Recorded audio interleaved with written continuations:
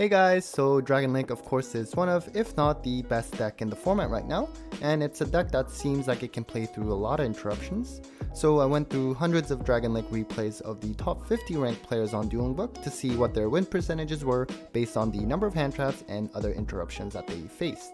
Now I know that some of you guys will just want to skip right into the results, but this part is really important, so I hope you stay and listen. So for this analysis, I only looked at games where the Dragon Link player went first, since that is what we are mainly concerned about when facing Dragon Link and how we can stop them from setting up their board. I also kept this analysis pretty simplistic, looking at just the win percentage of that game where the Dragon Link player went first, based on the number of hand traps and board break cards that they faced. And I'll explain in a short bit what I mean by board break cards. Now ideally, instead of just looking at only the game win percentage, I would have also liked to see the amount of negates and or bounces the Dragon Link player could set up through hand traps and the like, but I realized that because of the number of times where the opponent will just scoop before the Dragon Link player finishes their combo, I would not be able to reliably get that number. Now let's quickly talk about what I mean by board break cards, and I'm sure there's a better name for these cards, but oh well. Anyways, just looking at the number of hand traps the opponent had was not going to be accurate, since they could just have one Ash, but maybe something like Dark Will No More and evenly matched as well. So even though the opponent only had one hand trap, they still had other cards that would have helped them beat Dragon Link. To account for this, I also recorded the number of such board break cards, which I define as just your typical staple going second cards that would either negate the Dragon Link monster effects and or force out negates. So cards like Dark Will No More, Forbidden Droplet, Lightning Storms, Super Poly, Pankratops and Kaijus, and cards like that. Now another thing to consider was how to count the number of hand traps or board break cards that the opponent had.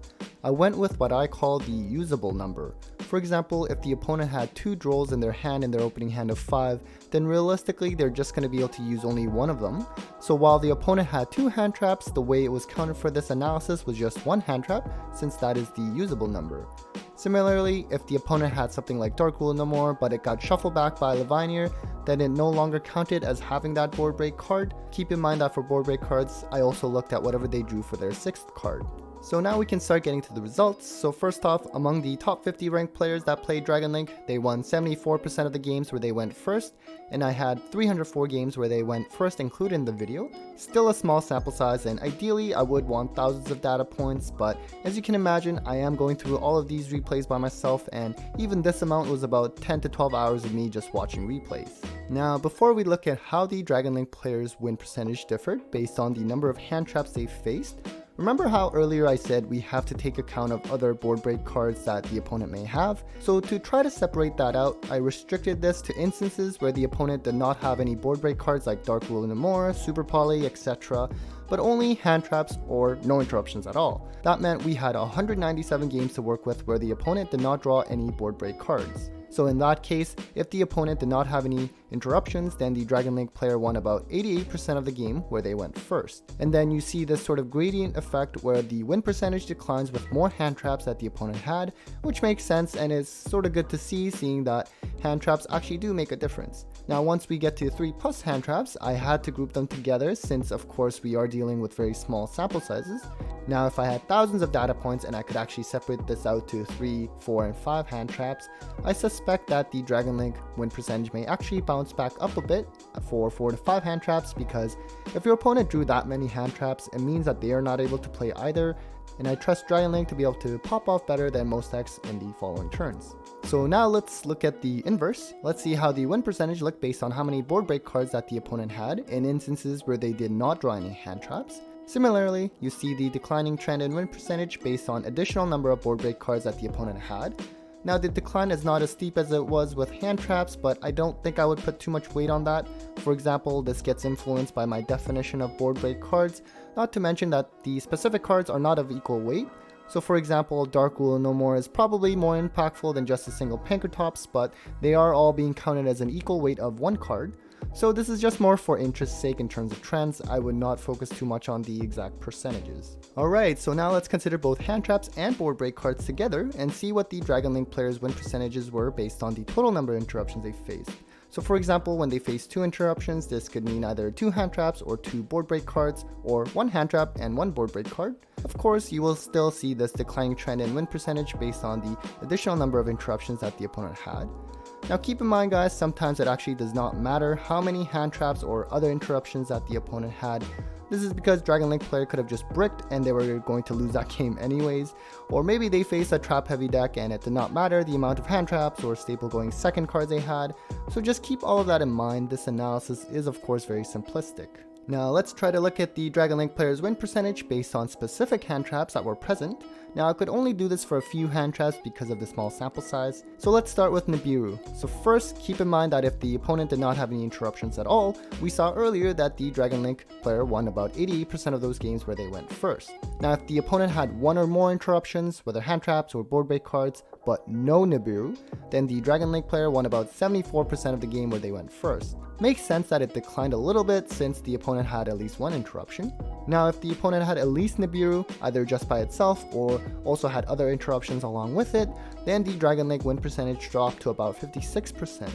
Now ideally I would have wanted to separate out this further so we can look at the win percentage based on whether the opponent had just Nibiru, Nibiru plus 1 interruption, plus 2 interruptions, and so on, but I don't really have the sample size for that. And considering my audience, I also wanted to keep things simple. I mean, I did do a logistic regression to look at this relationship, but that just opens a whole new can of worms that I have to explain, and I'm not going to get into that in this video, but if you are interested and understand that sort of stuff, then feel free to email me and we can discuss. All I'm saying is, I know that we are dealing with small sample sizes, and I know some of you are not going to like these kind of analysis, and I hear you, but I'm just trying to provide some rough estimates just for interest's sake, and you should not let these numbers try to dictate your play or card choices. Next, let's look at Ash Blossoms. So if the opponent had one or more interruptions, the Dragon Link win percentage was about 71%, and when the opponent had Ash, whether by itself or with any number of other interruptions, the win percentage for Dragon Link was about 69%. So it really was not different whether the opponent had Ash or had some other interruption instead of the Ash. While Ash is certainly a great card, I think this sort of makes sense since we often hear that Ash is just not as impactful as something like Nibiru against Dragon Link, so let me know what you think.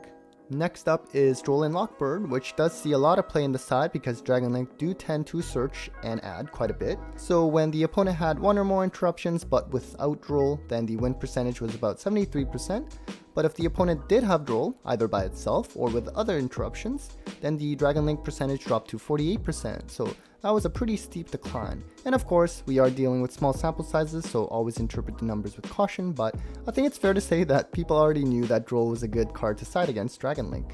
Now, I was going to end this video after Droll, but there was one more hand trap where the number caught my interest, but keep in mind the sample size is even worse, and that card is Dimension Shifter, where if the opponent had this by itself or with other interruptions, then the Dragon Link percentage dropped to 46%. Now, we are only dealing with 11 games where the opponent had Dimension Shifter, so there's going to be a lot of variance, but from the replays that I did see, Dimension Shifter really makes it difficult for Dragon Link to make any plays other than maybe setting up a Hieratic Seal at best. So what do you think about this card against Dragon Link? And shout out to Susu from Head to Head Battles as well, because I know this card is his boy. Anyways guys, that was it for my analysis of Dragon Link. Hope you found that interesting. If you did, consider subscribing to see more analytical videos for this card game. And also feel free to comment down below on what other analytical topics I should look at and for what deck. Take care guys.